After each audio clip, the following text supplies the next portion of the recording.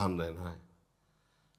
और प्रायः गलती सोते समय करते हैं उपासक की, कोई प्रपंच की बात याद करते हुए या मोबाइल देखते हुए या कोई गंदी चेष्टाओं का आपकी रात बेकार चली जाएगी। अगर गंदी चेष्टा हो गई तो सुबह भी बेकार हो जाएगी, दिन भी बेकार हो जाएगा, निरुत्साहित हो जाओगे। सोते समय आपको समय नहीं देना व्यर्थ चिंतन का। उसी समय विषय चिंतन होता है, उसी समय विषय भोग की आकांक्षा जागृत होती, उसी समय विषय देखने की इच्छा होती। मोबाइल है तो जिस समय आप अपनी शैया पर जाएं स्विच ऑफ कर दें।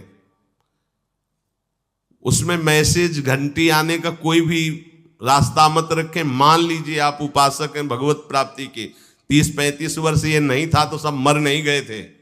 और बोले इमरजेंसी, जब इसकी 30-35 वर्ष से पहले इसकी कोई रचना नहीं थी, मुझे लगता है, क्योंकि 30-35 वर्ष में ही इसका विस्तार देखा है। नहीं तो कभी किसी के पास मोबाइल नहीं। कोई बड़े अधिकारी तो इतना बड़ा वो, इतना बड़ा वाला वो ऐसे रखते थे नहीं तो मोबाइल तो हमें लगता है 30-35 वर्ष। तो फिर इमरजेंसी कैसे चलती थी, कैसे चलती थी इमरजेंसी? और आप ब्रह्मा हो क्या कि इमरजेंसी संभाल लोगे? स्विच ऑफ करो।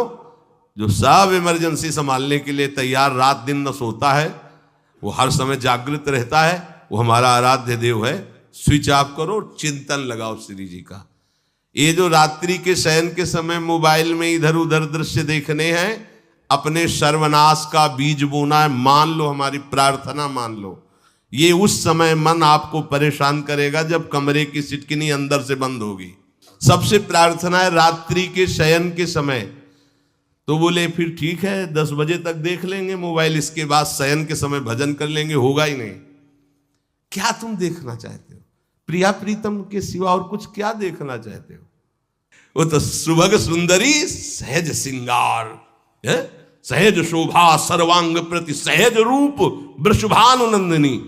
हमारी स्वामिनी जी की सुंदरता छुपाने के लिए आभूषण पहनाए जाते हैं, औरों को तो आभूषण सुंदरता बढ़ाने के लिए। यहां छवि के छिपाए को ऐसे के दास होके क्या देखोगे मोबाइल में? क्या देखना चाहते हो? वासना की क्रीड़ा, और तुम उस क्रीड़ा को देखना चाहते हो? परमार्थ के पथिक हो। देखना है तो प्रभु को देखने की वृत्ति रखो, अन्यथा मूंद लो आंखें। प्यारे, महान फल प्राप्त करोगे। सबसे प्रार्थना है एकांत में मोबाइल रूपी दुश्मन से बचो। क्योंकि जब आप गंदी बात कहीं देखोगे तो आपके अंदर वैसे ही चिंतन बनेगा, वो ऐसे ही लगेगा मैं भी ऐसा करूं, मैं भी ऐसा भोगूं, मैं भी ऐसा देखूं। मान लीजिए आप, जब हमारे शास्त्र कहते हैं कि पशु पक्षियों के मैथुन को भी नहीं देखना है, अगर ऐसा एक बार दृष्टि पड़े तो मानसिक प्रणाम करके दोबारा दृष्टि न देना। और आप मोबाइल में ऐसी चेष्टाएं देखोगे, कैसे आप भगवत भजन करोगे? कैसे भगवत प्राप्ति का उद्देश्य रख पाओगे? ये कलयुग की बहुत महीन चाल है कि उसके बिना काम नहीं चलेगा और हम तुम्हें काम से युक्त कर देंगे। इसके बिना काम चलेगा नहीं, तुमको रखना पड़ेगा। और जब तुम इसे रखोगे तो हम काम अपना कर लेंगे। कलयुग ने कहा हम अपनी व्यवस्था बना लेंगे। यहां कह रहे जब आप नींद में जा रहे हैं तो बिल्कुल मानो मृत्यु शैया पे जा रहे हैं। आपको उस समय नाम जप में बहुत ध्यान देना है, कहीं मन बहक ना जाए। तो क्या होगा, 5-6 घंटे जो आप लेटोगे ना, वो भी भजन हो जाएगा। हमारा जो सततम योमाम स्मरति नित्यशा है ना, ये पूरा हो जाएगा। नहीं, उस समय हम सो जाएंगे तो हमारा 6 घंटे का भी योग हो गया, 6 घंटे भजन रुक जाएगा। और ये 100% पक्की बात अनुभव की कहते हैं। यदि सोते हुए भजन करोगे तो जगते, कई बार तो पकड़ा है कि अगर आधे पद में बेशुद्ध हो गए तो वो पद पूरा जगते ही शुरू हो गया है। मतलब बीच में स्थिति भागवती की रही। जैसे बेहोश करते समय हमने कहा था जब ऑपरेशन के हमें बता देना, तो उनका बाबा अब इंजेक्शन लगाने वाले हैं तो वो 1 मिनट हमें केवल दीजिए, अपनी चित्तवृत्ति। तो जब होश आया तो वही पहले चिंतन चल रहा था, वही चिंतन। जैसे सोने के समय बेहोश हुए तो जगने के समय वही चिंतन, ऐसे ही इंजेक्शन से जब बेहोश हुए और जब होश आया तो वही चिंतन चल। बहुत बड़ा चमत्कार अभ्यास का है। नींद खुले तब से लेकर गाढ़ नींद आने तक स्मरण में कभी रुकना नहीं। और आपको एक छूट दे रहे हैं, कभी कभी क्या होता है कि एक मंत्र में, एक नाम में जैसे बहुत देर अभ्यास करते तो मन ऊबने लगता है। इसका स्वभाव है, ये अनुभव की बातें कहते हैं। इसका स्वभाव है नवम नवम, नहीं तो ये मतलब, तो इसको हम लोगों ने कैसे फंसाया है। जैसे गुरु मंत्र जप रहे, अब 2-3 घंटे लगातार गुरु मंत्र जप, अब इसको ऊबन बढ़ी, अब ये छोड़ रहा है, बीच बीच में पता चलता है छोड़ना चाहता है, छोड़ रहा है, तुरंत इसको नाम में फंसाया। अब थोड़ी देर नाम में चला, फिर उब रहा, बहुत विचित्र है ये, अब उसको फंसा दिया। उस पीछे की बात अभ्यास के समय, नमामि शमीशान निर्वाण रूपम विभुम व्यापकम ब्रह्मवेद स्वरूपम। चिंतन, पदगान कर रहे, ये भगवान शिव पदगान कर रहे हैं और उसका चिंतन, निर्वाण रूपम विभुम व्यापकम ब्रह्मवेद स्वरूपम।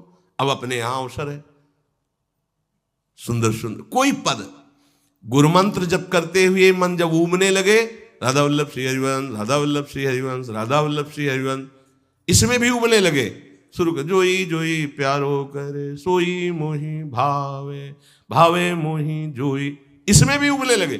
सुधा निधि का कोई एक लाइन ले लो, ब्रह्मेश्वरादि सुदुरूह पदारविंद श्रीमत् पराग परमाद्भुत वैभव, ब्रह्मेश्वरादि सुदुरूह छोड़ना नहीं है, तू भाग में नवम नवम दे रहा हूं, नवम नवम। इसको फंसाने के लिए आपके पास अस्त्र हो, जैसे यहां चाकू, यहां पिस्तौल, तलवार, ये वो सब बिल्कुल वीर सजा रहता है, ऐसे ही अपने लोग सजे रहते। छोटा राधा, अब एकदम चिपक गया है आके, तो कैसे मारे, तो छोटी चाकू है ना वैसे, राधा राधा राधा, थोड़ा दूरी राधा वल्लभ श्री हरिवंश, थोड़ा और दूरी गुरु मंत्र, बड़े बड़े अस्त्र अपने पास रख ले, बहुत भाग रहा है तो फंसा दिया। प्रथम यथावति प्रणव श्री, अब लग पूरा पदगा, पूरा पदगा उसमें लग, प्रथम यथामति प्रणव। भोजन पाते समय ऐसा अभ्यास किया है, 1 घंटा के पहले भोजन नहीं होता, चाहे 2 रोटी पाना हो, समय लगता है भोजन, आराम एक एक नाम, एक एक, कुछ भी हल्ला मचाओ, कोई फर्क नहीं पड़ेगा, अपना चलेगा। अभ्यास स्नान के समय, भोजन के समय, किसी क्रिया के करते समय, किसी से बात करते समय, सोते समय, ये विशेष स्थान जहां में सावधान रहना है। यहां भजन छूटता है, ध्यान देना, यही भजन छूटता है। चलते समय, क्रियावान होते समय, प्रसाद पाते समय या किसी से बतराते समय, ये सब भजन के छूटने के स्थान है और यहीं पकड़ना है भजन को। जब आपको बिल्कुल न लगे तो मानसिक सब बंद कर दो और गुनगुनाने लगो, जो धुनी आपको अच्छी लगे उसी में नाम, कोई नाम लेके, संसार का चिंतन न होने पावे, चाहे जो कुछ तुम जहां तुम्हारा मन आवे, गंगावरी गोदावरी कुछ भी, भागवतिक चिंतन के सिवा संसार के चिंतन न होने पाए। पहले ऐसे अनन्य बनो, फिर बाद में अनन्यता आती, रसना कटो जो अनरट। हाँ भी विषय चिंतन कर रहे हैं, प्रपंच कर रहे हैं, बोले रसना कटो जो अनरटो, और नहीं बोल सकते, प्रपंच बोलेंगे बस, रसना कटो, ये शब्द वहां नहीं आते। पहले हम आपको छूट देते, भक्त चरित्र, भगवान की चरित्र, नाम कीर्तन मंत्र, जो भी चाहो, संसार का चिंतन मत होने देना, पहले ये पकड़ो, फिर आगे चल करके जब पवित्र हृदय होगा तब ये निष्ठा आती, रसना कटो जो अन रटो, निरखियन फुटो नयन। मान लो संसार का चिंतन नहीं करने देना है इसको, आप जैसे बने वैसे करो भागवतिक चिंतन, कोई नाम ले लो, कोई मंत्र ले लो, तुम्हें जो प्रिय लगे, हम छूट देते हैं। ये हम नहीं करें कि रसना कटो जो अन रटो, ये बाद की बात है, हमें पहले इसका संसार चिंतन रोकना है। कैसे छूटेगा, कैसे छूटेगा, हमें यह पकड़ना है, नहीं तो निष्ठा की बात। जो हरि नाम जगत त्रिशिरोमणि वंश बिना कब हूं, हरिवंश बोलेंगे नहीं, हरि बोलना नहीं है, हरि बोलना नहीं, क्योंकि जो हरिनाम जगत शिरोमणि वंश भी ना, हरिवंश बोलना नहीं है क्योंकि प्रपंच में रति। तो क्या करो, जो तुम्हें प्रिय लगे पहले उसे पकड़ो। ये हम अंदर की बात करें, प्रवचन की बात नहीं कह रहे, मन को फंसाना है हमें। राम कृष्ण हरि जहां लगे इसको लगा पहले, पहले इसको फंसाओ, संसार का चिंतन न होने दे। गीता, भागवत, भक्त चरित्र, कुछ भी कहीं भी इसे फंसाओ, पहले संसार का चिंतन न होने दो, फिर लाओ इसको घुमा के निकुंज वाटिका में। फिर तो भागेगा ही नहीं, फिर नहीं भागेगा। अब सीधे निकुंज वाटिका में किसी महाभाग्यशाली गुरु आश्रित का लगेगा, अन्यथा बहुत प्रपंची मन है। आप आश्रय इधर का लोगे, प्रपंच का चिंतन करोगे, बात बनेगी नहीं। चिंतन छोड़ना है हमें, जैसे बने तैसे संसार का चिंतन छूट जाए तो हम विजय को प्राप्त होंगे। ध्यान दीजिए, इस परमात्म तत्व को वही प्राप्त कर पाता है जिसका राग बीत गया है, खत्म हो गया है, वैराग्यवान। ज्यादा परिश्रम नहीं है वैराग्य में, विवेक नहीं होने के कारण हम वैराग्य नहीं धारण कर पाते। हम बाहरी बातों को वैराग्य ले लेते हैं, ऐसा कपड़ा बदल लेना या कपड़ा ना पहनना या लौकी का कमंडल, मिट्टी का पात्र, तो हम अपने को वैरागी। बात यहां नहीं रुकेगी। वैराग्य का इतना ही मतलब नहीं, ये भी एक बाह्य अंग है वैराग्य का, पर वैराग्य का सच्चा स्वरूप है वीतरागा। कहीं कुछ भी अच्छा नहीं लग रहा, कोई भी सुख आकर्षित नहीं कर रहा, लोक लोकांतर की प्रतिष्ठा, मान, सुख, ऐश्वर्य, व्यक्ति, कुछ अच्छा नहीं, राग खत्म हो गया। ऐसा उस अक्षर ब्रह्म को, अविनाशी तत्व को जान पाता है। जगते भयो फिरे बैरागी, जैसी हरिवंश प्रपंच बंच सब ये काल ब्याल को खायो। हालत यह है कि जैसे सांप ने मेढक को पकड़ रखा और मेढक सामने पतिंगा को, कीड़े को पकड़ना चाहता है, उसे यह पता नहीं कि मैं खुद किसी का कवल बन चुका हूं, वो एक झटके में मुझे अपने पेट में ले जाएगा। ऐसे ही हम सब हैं, काल के द्वारा ग्रसित है। काल ने हमें पकड़ रखा है, पर हम भोग भोगना चाहते हैं, हम नाना प्रकार की मान प्रतिष्ठा पाना चाहिए। ये पता नहीं एक झटके में हमारा अस्तित्व ही खत्म हो जाएगा। जिनके अंतःकरण में किसी भी व्यक्ति, वस्तु, स्थान, पद, प्रतिष्ठा का राग ही नहीं रह गया है, उसे कहते हैं वैराग्य वान। वीतरागाह, राग ही नहीं है। जिनका अंतःकरण निष्पाप निर्मल हो चुका है, जिनके हृदय में केवल भगवत प्राप्ति की उत्कट लालसा जागृत हो गई है, ऐसा साधन संपन्न उपासक परमात्म तत्व में प्रवेश पाता है। अध्यात्म मार्ग की ऊंचाई पर वो स्थित हो जाता है। यदि छंतु ब्रह्मचर्यम चरंती, जिनकी इच्छा एकमात्र भगवत प्राप्ति की है, यदि छंतो, तो उनको क्या करना होगा? ब्रह्मचर्यम चरंती, ब्रह्मचर्य का पालन करना होगा। प्रत्येक इंद्रियों का निर्विषय हो जाना वास्तविक ब्रह्मचर्य है। केवल जनेंद्री से ही ब्रह्मचर्य को नहीं लेते। हमारी प्रत्येक इंद्री भोगों से रहित होकर भगवत अनुराग में, नेत्र प्रभु को देखना चाहते हैं, त्वगेंद्री प्रभु को स्पर्श करना चाहती है, घ्राणेंद्री प्रभु के श्री अंग की गंध पाना चाहती है, श्रवणेंद्री प्रभु के वचन सुनना चाहती है। एक एक इंद्री अपने प्रभु में लग गई, अंतर्मुख हो गई, बाहर विषयों का त्याग हो गया। इसे ब्रह्मचर्य कहते हैं। पर प्रारंभिक ब्रह्मचर्य में जनेंद्री का ब्रह्मचर्य अत्यंत आवश्यक है। यदि जनेंद्री जन्य व्यभिचार दोष से युक्त है तो कदापि उसे भगवत प्राप्ति नहीं हो सकती। शुभ गति व्यभिचारी शुभ गति चाहे, असंभव। और भगवत मार्ग में सबसे बड़ा दुश्मन यही व्यभिचार दोष है, काम। इसी से हमारा हृदय मलिन होता रहता है, अंधा बटे और पड़ा चबाए वाली दशा रहती। कहते हमें 50 वर्ष हो गए। अरे 50 जन्म हो जाए, तुम व्यभिचार करो, गंदी बातें करो, गंदे चिंतन करो, सो समय व्यतीत कर, अनंत जन्म व्यतीत हो गए, भगवत प्राप्ति हुई क्या? 50 वर्ष से भगवत प्राप्ति हो जाएगी क्या? 5 मिनट काफी है भगवत प्राप्ति में, एक बार नाम काफी है। वो स्थिति तो लाओ। बार बार बहिर्मुख वृत्तियों के द्वारा विषयों में सुख बुद्धि कर लेने से हमारा सारा का सारा अध्यात्म चिंतन बदलता रहता है, इसलिए लाभ नहीं मिल पाता, एक रस चिंतन नहीं रह पाता। बार बार विक्षेपी विषय करते रहते हो, हम सहते रहते हैं और भोगते रहते हैं। एक बार तो हिम्मत करके उठो। अब लो नशानी अब ना नशई हो, एक बार तो दृढ़ बनो। बस मन के अनुकूल चलने की बात को तुम्हें रोकना होगा, तभी तुम्हारे अंदर यदि क्षंतो ऐसी इच्छा जागृत होगी। पक्का पक्का ऐसा ही है। जब हम किसी विषय के वेग को सहते हैं, विषय नहीं भोगते, तो मन बहुत जलाता है। उस जलन में फिर एक ही बात होती है, बस भगवत प्राप्ति हो जाए, झंझट खत्म हो जाए। कब तक हम इसमें चलेंगे? एक बार भगवत, वो जलन हमको भगवत प्राप्ति की इच्छा प्रकट करती है।